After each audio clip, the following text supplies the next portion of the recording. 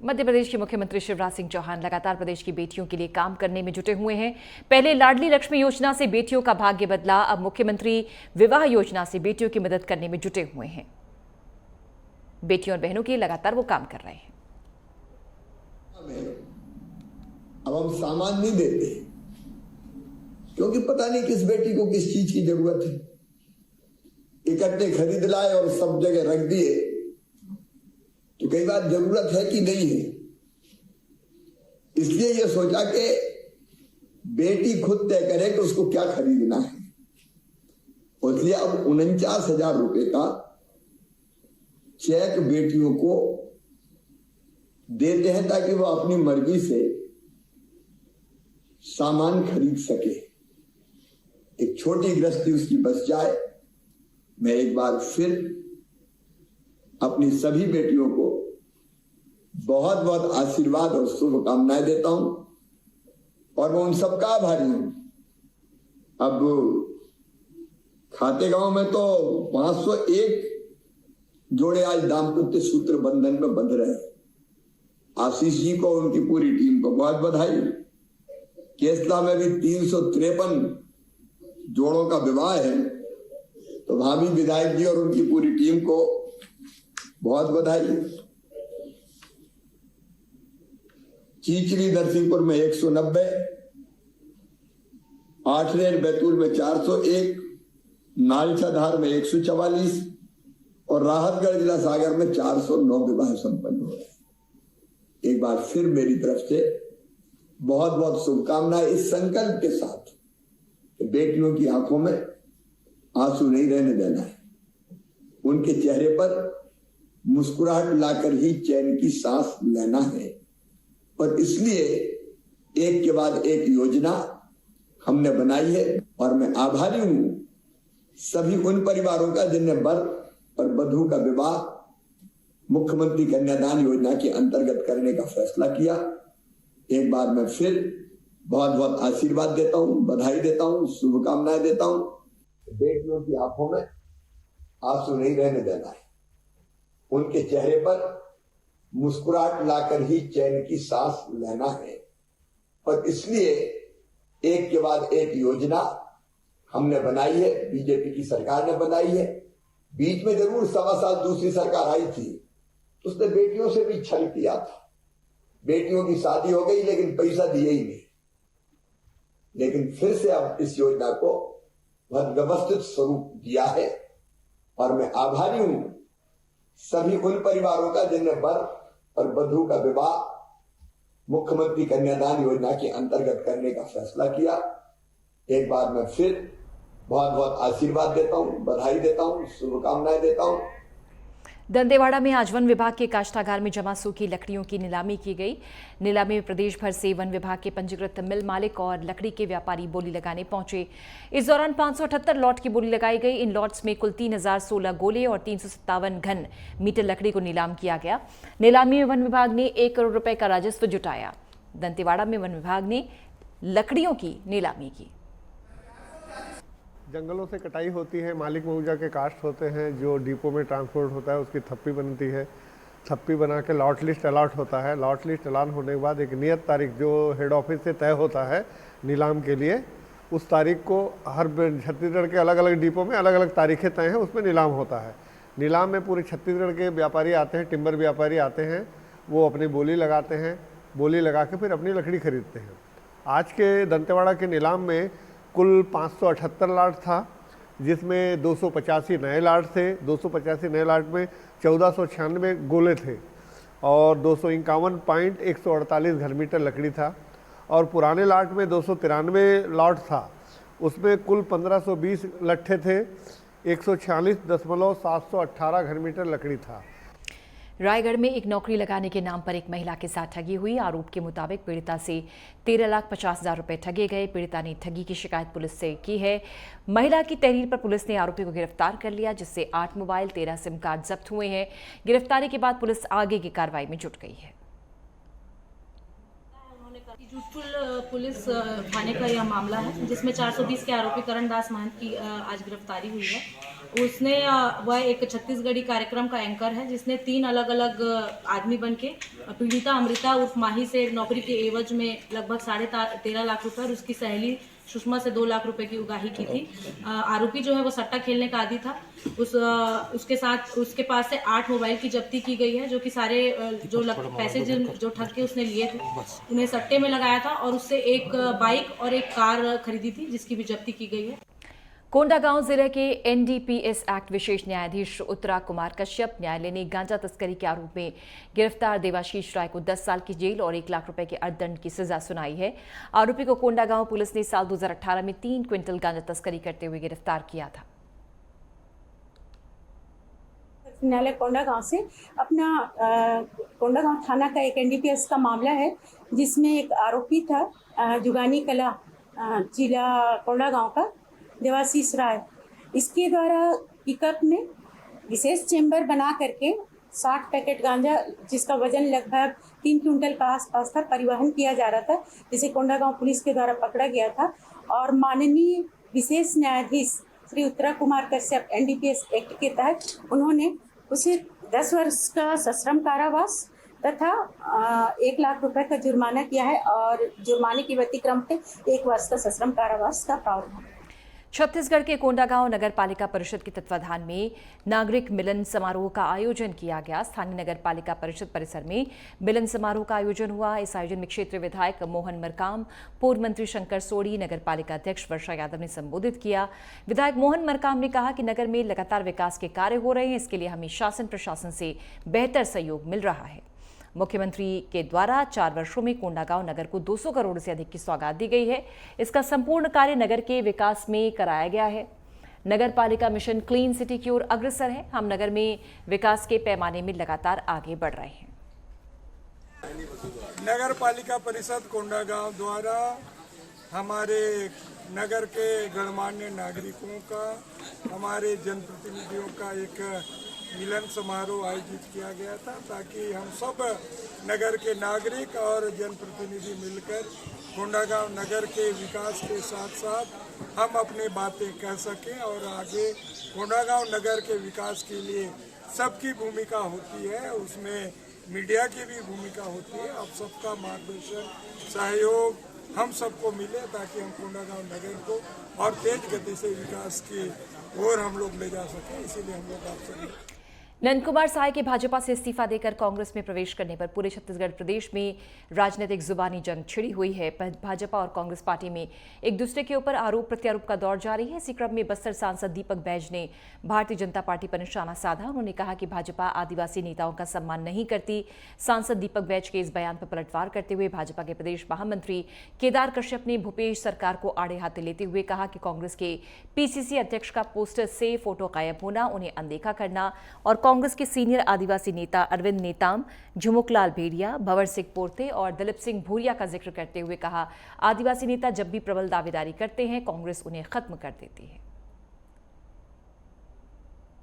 माननीय नंदकुमार साय हमारे छत्तीसगढ़ में आदिवासियों में बहुत बड़ा चेहरा है और भारतीय जनता पार्टी के लिए बहुत बड़ा नेता थे, लेकिन लगातार उपेक्षा के चलते, लगातार षड्यंत्र के चलते आज उन्होंने 1 मई मजदूर के दिवस के दिन भारतीय जनता पार्टी को बोरेबासी उन्होंने खिला दिया और कांग्रेस में प्रवेश किया। निश्चित रूप से मैं बधाई और शुभकामनाएं, स्वागत है। निश्चित रूप से इससे कांग्रेस मजबूत होगा।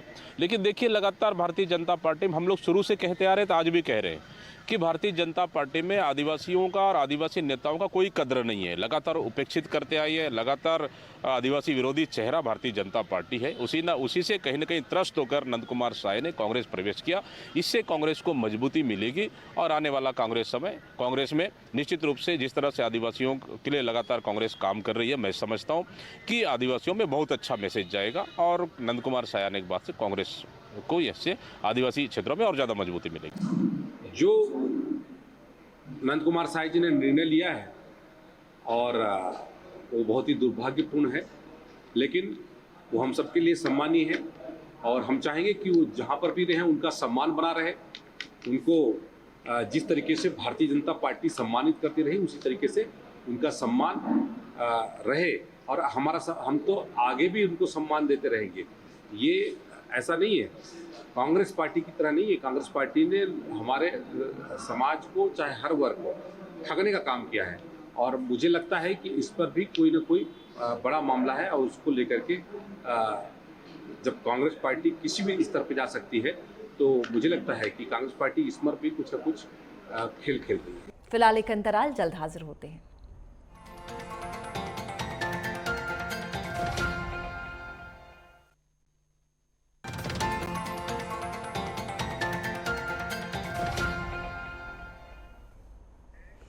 छत्तीसगढ़ के मुख्यमंत्री भूपेश बघेल ने आभार सम्मेलन कार्यक्रम को संबोधित किया। इस दौरान सीएम ने कहा कि छत्तीसगढ़ की जनता के लिए हम लगातार काम कर रहे हैं, हमारे काम से जनता बेहद खुश है।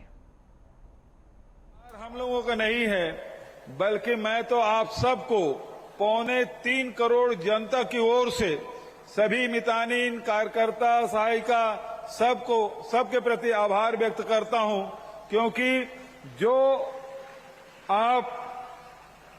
आप लोग जो काम करते हैं वो काम नहीं है, बल्कि वो मानवता की सेवा है और सेवा से बड़ा कोई धर्म नहीं। जिस कोरोना काल में डॉक्टर इलाज करने के लिए हिचक रहे थे, हॉस्पिटल में एडमिशन नहीं ले रहे थे, ऐसे समय में हमारे मितानिन, कार्यकर्ता, सहायिका जिस तत्परता से, सेवा भाव से जो आप लोगों ने काम किया है, उसका कोई दूसरा मिसाल नहीं हो सकता। अभी कोरोना काल की जब बात चली, पहले लहर में तो लॉकडाउन था, दूसरा जब लहर आया तो छत्तीसगढ़ जबरदस्त रूप से इसे प्रभावित हुआ। सारे हॉस्पिटल, सरकारी अस्पताल, प्राइवेट हॉस्पिटल सब फुल हो गया था।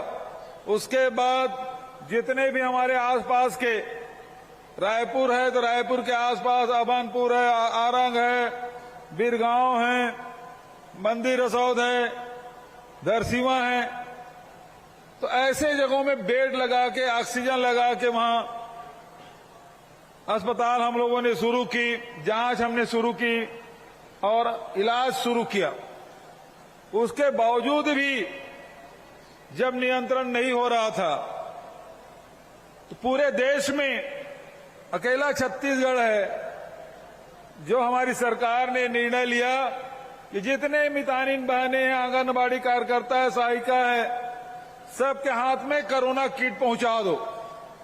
सर्दी खांसी हो, जांच करेंगे, रिपोर्ट जब तक के आएगा तब आएगा, लेकिन उसके पहले कोरोना किट हर मितानिन के पर्स में 5 पैकेट हमने रख दिया था। जो भी जिसको सर्दी खांसी है उस पैकेट को दे दीजिए और देखिए कि 8 दिन के भीतर में ऐसा कोरोना कंट्रोल हुआ जिसके कोई दूसरा उदाहरण और देखने को नहीं मिलता, जो छत्तीसगढ़ में यहाँ के हमारी बहनों ने कर दिखाया।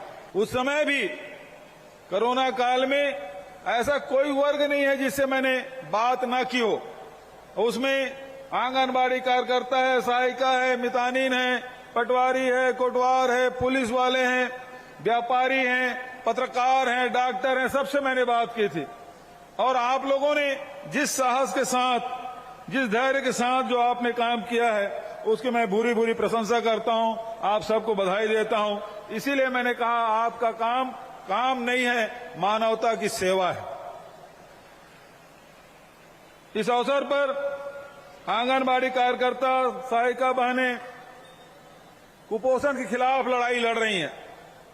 छत्तीसगढ़ में जहां 40% लोग गरीबी रेखा के नीचे जीवन यापन करते हैं, वहीं कुपोषण का दर भी हमारा बहुत अधिक है। 37% से अधिक कुपोषित बच्चे हमारे छत्तीसगढ़ में जब हम लोग सरकार में आए थे। आज हमारे बहनों ने जो लड़ाई लड़ी, अब वो 37% से घट के 31% हो गया। तो शिक्षा के क्षेत्र में भी काम हो रहा है, अर्थव्यवस्था सुधारने की दिशा में भी काम हो रहा है। और जो मेहनत आपने की है, और इसी कारण से हमारी सरकार लगातार कोशिश यही है कि सबके आय में वृद्धि होना चाहिए। एक तरफ किसानों को समृद्ध बनाने का काम हम लोगों ने किया। छत्तीसगढ़ में आप देखेंगे जितना धान की कीमत, जितना कोदो कुटकी की कीमत छत्तीसगढ़ में मिलता है, उतना देश क्या दुनिया में नहीं मिलता जो छत्तीसगढ़ में जो रेट मिल रहा है। उसी प्रकार से हमने जो शासकीय कर्मचारी है, शासकीय कर्मचारियों को ओल्ड पेंशन स्कीम हमने लागू किया ताकि बुढ़ापे में वो किसी पे आश्रित न रहे, उसको भी मान सम्मान के साथ उनका बुढ़ापा कटे, उनका परिवार चले, इसलिए ओल्ड पेंशन स्कीम लागू हमने किया। और साथ ही साथ जो श्रमिक भाई हैं, मजदूर हैं, उनको भी 7,000 रुपया सालाना देने का काम हमने शुरुआत की।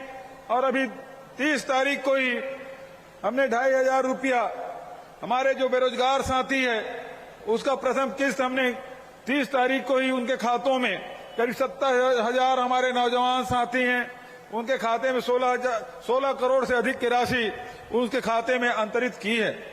कल मई दिवस था, श्रम दिवस था, और कल भी हम लोगों ने इसी पंडाल में जितनी संख्या में आप आए हैं उसी प्रकार से हमारे श्रमिक भाई आए थे, उनके भी सुख सुविधा के लिए हमने बड़े फैसले किए। तो हमारे मजदूर भी प्रसन्न रहे, हमारे शासकीय कर्मचारी अधिकारी भी प्रसन्न रहे, हमारे किसान अन्नदाता प्रसन्न रहे, और जो स्वास्थ्य और शिक्षा के क्षेत्र में हमारी बहनें जो काम कर रही हैं उसके सम्मान में भी हम लोगों ने कोई कसर नहीं छोड़ा। और आप सबके हितों को ध्यान में रखते हुए आंगनबाड़ी कार्यकर्ता जो पहले 5,000 रुपये पाते थे उसे 1,500 रुपये पहले वृद्धि की, अब जाके उसको 10,000 रुपया प्रति महीना मानदेय देने का फैसला किया है। उसी प्रकार से मिनी आंगनबाड़ी कार्यकर्ता है, उसका 4500 बढ़ा के 7,500 रुपया बढ़ाने का फैसला किया बजट में। आंगनबाड़ी सहायिकाओं को 3250 मिलता था, अब उसे बढ़ा के 5,000 रुपया। और उसके साथ साथ जो हमारी मितानिन बहनें हैं, जितने और भी बहुत सारे जो काम करते हैं, जिसके विस्तार के बारे में विस्तार से महाराज साहब ने आपको बता दिया। फिक्स पेमेंट हर महीने मिले, जैसे कि हमारी मितानिन बहनें अपनी अनुभव साझा कर रहे थे, हम लोग जो काम करते हैं उसके एवज में जो पैसा मिलता है, कभी कभी 3 महीने 4 महीने मिलता है, तो परिवार को चलाने में बड़ी कठिनाई होती है। इस बात को ध्यान में रखते हुए हमारी सरकार ने बजट में 2,200 रुपया हर महीने मानदेय देने का फैसला किया है। इसी प्रकार से हमारी सरकार ने जब हमारे जो कार्यकर्ता जब सेवानिवृत्त होंगी तो उनको 50,000 रुपया और सहायिकाओं को सेवानिवृत्ति के समय 25,000 रुपया देने का निर्णय लिया है। ओडिशा का रुख करेंगे। पुरी के श्री मंदिर के नए मुख्य प्रशासक का पदभार संभाला है रंजन कुमार दास ने। इस अवसर पर मंदिर कार्यालय पहुंचकर कार्यभार संभाला। इसके बाद वो श्री जगन्नाथ जी के समक्ष प्रार्थना करने, आशीर्वाद प्राप्त करने के लिए गए। महाप्रभु श्री जगन्नाथ जी के दर्शन कर श्री मंदिर से बाहर निकले। पत्रकारों से बातचीत करते हुए उन्होंने कहा कि श्री जगन्नाथ जी के धाम में उन्हें जो कार्य करने का मौका मिला है वो उसे श्री जगन्नाथ जी का आशीर्वाद मानते हैं।